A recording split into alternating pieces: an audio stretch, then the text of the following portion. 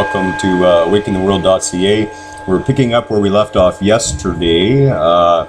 Started a video to go along with a blog post on love, and it was dog interrupted.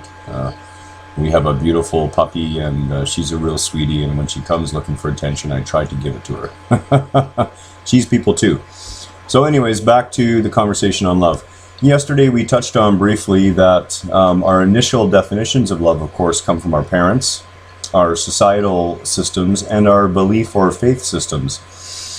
Now, the issue that arises with that, of course, is that especially in the Christian belief system, for example, the so-called God of love is anything but. It tends to act more like more like a Donald Trump, you know. Do what I want and I'm happy with you and I'll give you lots of things. Don't do what I want and I'm going to deport you to hell where you're going to spend eternity. And you know, according to that belief system, your own beliefs, your own choices will determine whether or not you're doomed. And that to me does not fit the definition of love. So before we carry on how this egoic version of love, this dysfunctional type of love, which is not love at all, but more of a trading partnership, filters down into our marital relationships and our relationships as adults, there is one important thing. Love does exist, and the beauty of it is what you truly are is the real deal, is real love.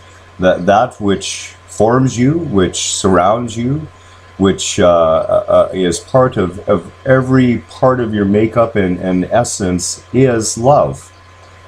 True love, an infinite sea of consciousness where there is no judgment and simply endless potential to create what you choose to create. That's what we truly are. The ego spends its entire existence, until it finds out better, looking outside of the entity of itself to try and find that love. And of course, none of that love will match up to the love it has a dim memory of in the recesses of its being. And that's the love it wants again. And of course, that love is within us. It wells up through us. It is us. It's not something that you can find outside of yourself and somehow import into your existence. So that forms that original dysfunction. So, you know, that's the great part of it is once you get by your egoic version of self, the false self, and you realize that indeed you are a powerful spiritual being here having a human experience, you can then start coming from a place of selfless love, which is a totally different place. And that's selfless with a small s, because there's no identification with self in it anymore. Believe it or not, all the things we think we do because we think we love people are more often done with an ulterior motive, even if it's unconscious. It comes down to, well, I know my wife likes this, so if I do this for my wife, the next time I want to do this with the guys, it's going to be okay because I did something for her. Well, what happens when next time you want to go out with the guys and she's not into it? Well, then you form a conflict because there was an unspoken thing that because you did that for your wife, she was going to do for you, and now she's not. And this is how these dysfunctional events grow and keep occurring. Now, if there's any indication of our codependent, egoic love relationships that we're engaged in, it's the North American divorce rates, which are extremely high. We are taught by our media, we are taught by our families a lot of times, and our societies, that you are not a whole being and that you need someone else in order to make you whole.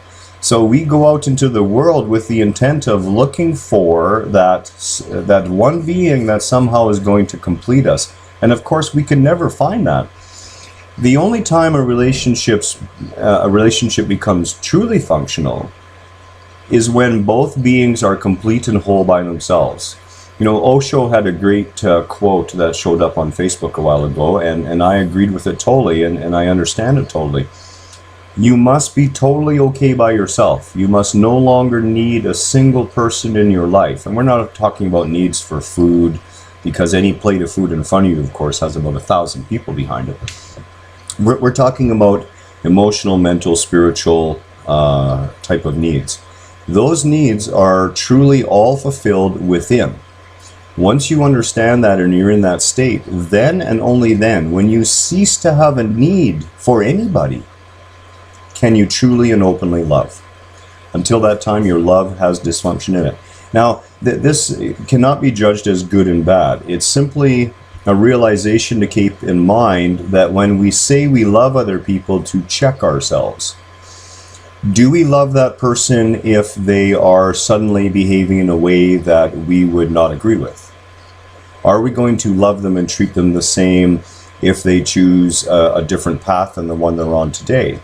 If they do something that's totally against our moral beliefs and our own moral code, do we still love them? If you can't honestly answer those questions to yourself in the affirmative, the type of love that you think you have for another person is not a real love.